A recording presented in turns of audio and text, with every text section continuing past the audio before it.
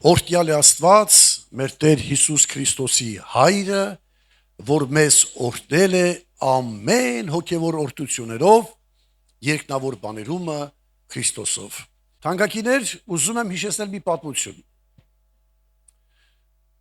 Իսրայելում սով էր։ Մասնավորապես Բեթլեհեմում, որը կոչվում է Հացի տուն, Հացի տանը սովը խիստ էր։ Այնքան խիստ, որ Աստվածաշունչը ուզում է նկարագրել մի ընտանիքի պատմություն, բոլորի համար էր սովը։ Սովը տարածված էր բոլոր քաղաքի վրա, բայց առանձնահատուկ մի ընտանիք կար։ Այդ ընտանիքի ամուսնու անունը Ելիմելեք էր, կնոջ անունը Նոյեմի, երկու սքանչելի որդիներ ունեին, Մալոն ու Քելոնը, եւ սով այնպիսին էր, որ թերևս նստեցին ընտանիքով եւ խորհուրդ արեցին, ինչ անենք, դուրս գանք այստեղից, գնանք, որ հաց գտնենք, գնանք, որ հանգիստ գտնենք, գնանք, որ խաղաղություն գտնենք, գնանք, որ ապագա գտնենք։ Թերևս այս մտորումներով, այս խորհուրդներով այս ընտանիքը դուրս եկավ Բեթլեհեմից, թողնելով Հացի տունը, ուղևորվեցին հաց փնտրելու, ինչ որ բաներ փնտրելու համար։ Գիտեք, պատմությունը շատ վատ եղավ, շատ նեղություններ եղավ այդ ընտանիքի համար, մահացավ ամուսինը, մահացան որդիները, լուրջ խնդիրների առջև կանգնեցին, եւ գիտեք պատմությունը ինչ են պատմում, ընդամենը մեկ խոսքի համար, Հռութի գիրք առաջի գլուխ, եթե չեմ սխալվում 21 խոսքը։ Երբ որ այս ընտանիքը ետ է վերադառնում, այլևս ինչ ընտանիք, Հարս եւ Կիսուր, Հռութ եւ Նոյեմին, երբ որ Նոյեմին մտնում է Բեթլեհեմ, բոլորը սկսում են խոսել, սա Նոյեմին է, չէ, սա բայց Նոյեմին է, հարցնում էին իրար։ Չգիտեմ ինչու, բայց կարծում եմ կարող ենք հասկանալ ինչու։ Միթե Նոյեմին չէին ճանաչում էին, բայց գուցե տեսքն էր փոխվել, գուցե վտիտ էր դարձել, նիհարել էր, հիվանդ դեմք ուներ, ջախջախված էր, ընկճված էր, հուսահատված էր,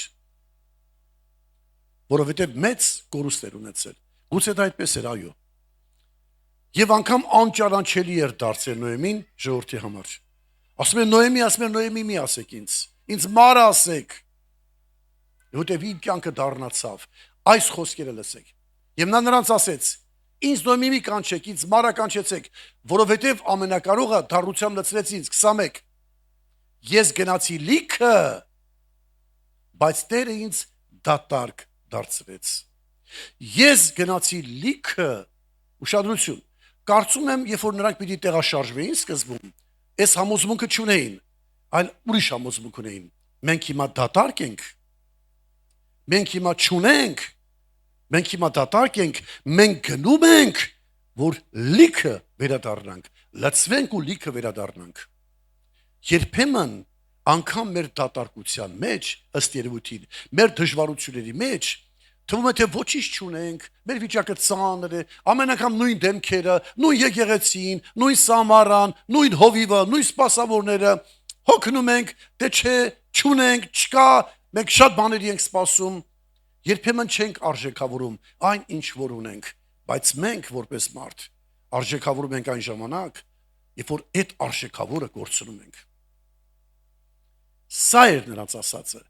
դատարկ գնում ենք, ուր է գնում, ժողովուրդ ջան, դե ստեղ լավ չի մեր վիճակը, գնում ենք, որ լիքը վերադառնանք, բայց երբ որ վերադառնում էր, այլևս այդ խոսքերը չէր ասում, այլ ասեց հետևյալը, լիքը գնացինք, լիքն ենք այն ժամանակ, կար ամեն բան, ամուսին, երեխաներ, ինչքան բան կար, որ չարժեքավորեցինք, լիքը գնացինք, բայց վերադառնում ենք դատարկ։ Սա ահավոր վիճակ է, մենք գիտենք, որ Աստված վերջապես այցելեց այս կոտրված կանանց։ Ուզում եմ մի փոքրիկ առակ հիշեցնել, այսպիսի մի առակ մի պատմություն կա։ Երբեմն մարդիկ ասում են, ինչու ենք մենք անցնում այդ նեղության ճանապարհներով, ինչու ենք մենք կոտրվում, ինչու ենք մենք անհույս վիճակի մեջ։ Մի հատ sense առակ կա, կարծում եմ այս առակի միջոցով թերևս ես կարողանամ իսկություն, այս պատմությունը ցես ներկայացնել, այնպես ինչպես ուզում եմ։ Ասում են, որ մի մարդ կար, որ երկու կուժի անոթ ուներ։ Ամեն առավոտյան այս մարդը վեր էր կենում, վերցնում էր այդ կուժերը, կավե անոթները, կավից, եւ իջնում էր դեպի ջերհոր։ Ջերհորը, որ պիտի գնար դեպի ջերհոր, ինքը մի արահետ էր, մի տրապինկ ասած օրուսները։ Այսպես գնում էր, հասնում այնտեղ, ջուրը լցնում էր եւ գրեթե միշտ չէր փոխում այդ կարասները, միշտ վերցնում էր ամեն մեկը ճիշտ նույն ձևով եւ հետ էր վերադառնում։ Ճանապարհին հանկարծ օրերից մի օր այս կուժերից մեկը կավե բերան է առնում եւ սկսում է խոսել եւ փողոքել իր կյանքից։ Գիտեք ինչու։ Որտեւ ամեն անգամ երբ որ գնում էր հետ էր բերվում ճակած էր ինքը։ Այս կուժը ճակած վիճակի մեջ էր, որտեւ ճակած էր, պատկերացեք մինչեւ ջուրը լցվում հետ էր գալիս, տակը բան չէր մնում։ Դատարկվում էր անդադ, չէր պահում։ Այդ օրտությունը չկար իր մեջ։ Հասնում էր տեղ, արդեն դատարկ, ասում էր դե ում եմ պետք ես։ Ոչ մեկի պետք չեմ։ Այնմար ջուրը չեմ կարող մեջս տանեմ, օրտությունը չեմ կարող մեջս տանեմ։ Այս ինչ վատ վիճակային վիճակ է, ես անպետք վիճակի մեջ եմ, սա կյանք չի, որ ես ապրում եմ։ Եվ այսպես այս կուժը բողոքում էր, իր տիրոջ ասում էր, «Խես ինձ օգտագործում։ Ինչու ես ինձ վերցնում։ Ես լինեի քո տեղ կշպրտեի մի կողմ, բայց այն կողքի կուժը, այն կարասը, հələ տեսնայի, լիքը լցված վերադարձնում ես»։ Եվ այս տերը փորձում է ամոքել, քաջալերել այդ ճակած կուժին։ Ասում է հələ մի հատ ներքև նայի։ Ամեն անգամ երբ որ քեզ բերում եմ, նույն ուղությամբ է բերում, նույն ձեռքով, նույն գծով։ Մի հատ հələ ներքև նայի։ Եվ երբ որ ներքև է նայում այս կուժը, տեսնում է որ այդ հատվածը, որտեղ որ ինքը միշտ ջուրը ծորացնելով թողում էր, ամբողջովին մի հատ գեղեցիկ ծաղիկների մի հատ գիծ էր, ասես մարգագետինի նման։ Գեղեցիկ։ Իսկ այն մի կողմը, որ ճակ չուներ, ջուրը միշտ իր մեջ էր պահում, չոր ու չոր էր։ Սրա ճակած վիճակը, կոտրված վիճակը օրտության պատճառ էր։ Ուղղակի չէր նկատել ինքը, որ որքան կարևոր մեկն է, իր ճակելը երբեմն օրտության պատճառ է։ Այս կնոջ կոտրվելը, այս կանանց կոտրվելը, մենք գիտենք, որ Աստված այնպես օրհնեց նրանց, որ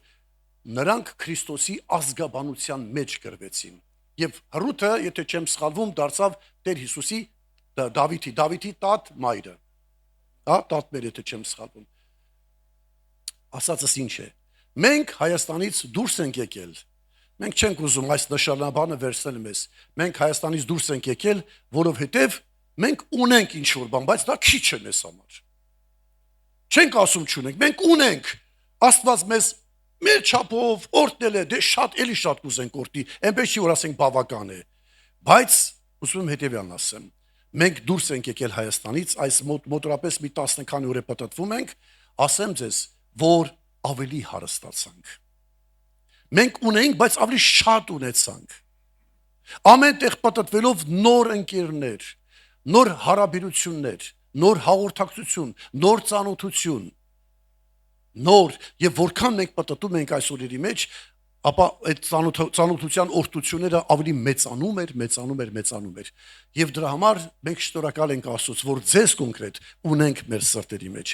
Եվրոպայի եղբայրները եկել են, ված չեն ապրում ըստ երևույթին, եթե Բաղդադենք մեզ հետ, բայց իրանք գիտեմ, մեր ջիգարներն են, մեր հարազատները, իրանք գիտեն, որ դուրս եկան ինչ որ բան ունենալով, բայց երբ որ հետ կգնան, կպատմեն, որ իրենց ունեցածը շահարկվեց եւ շատացավ։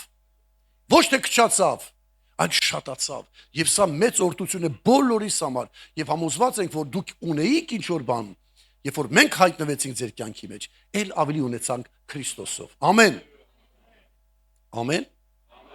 Չէ, բայց ամեն իսկականից։ Բա ուր այդ ամենը։ Հալելույա։ Եվ վերջում ուզում եմ հիշեցնել մեր վարպետի, հայոց վարպետի Հովհաննես Թումանյանի շատ հրաշալի խոսքերը։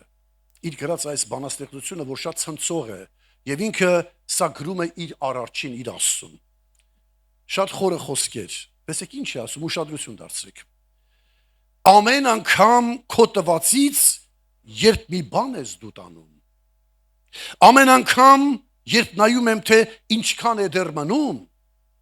զարմանում եմ, թե ով շռայլ, ինչքան շատ ես տվել ինձ, ինչքան շատ եմ դեռ քեզ տալու, որ միանանք մենք նորից։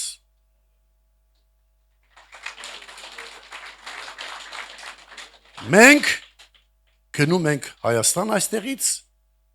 շատ հարստացած եւ դուք եք մեր հարստությունը։ Շնորհակալ ենք աղաջան եղբայր։ Շնորհակալ ենք բոլորիցդ այդ ձեր ջերմ ժպիտների համար, որ դուք կաք։ Գնալու ենք, բայց մեծ ակնկալիքով, որ պիտի վերադառնանք։ Վերադառնանք, որ նորից իրար հետ հարստանանք։ Աստված օրհնի ձեզ։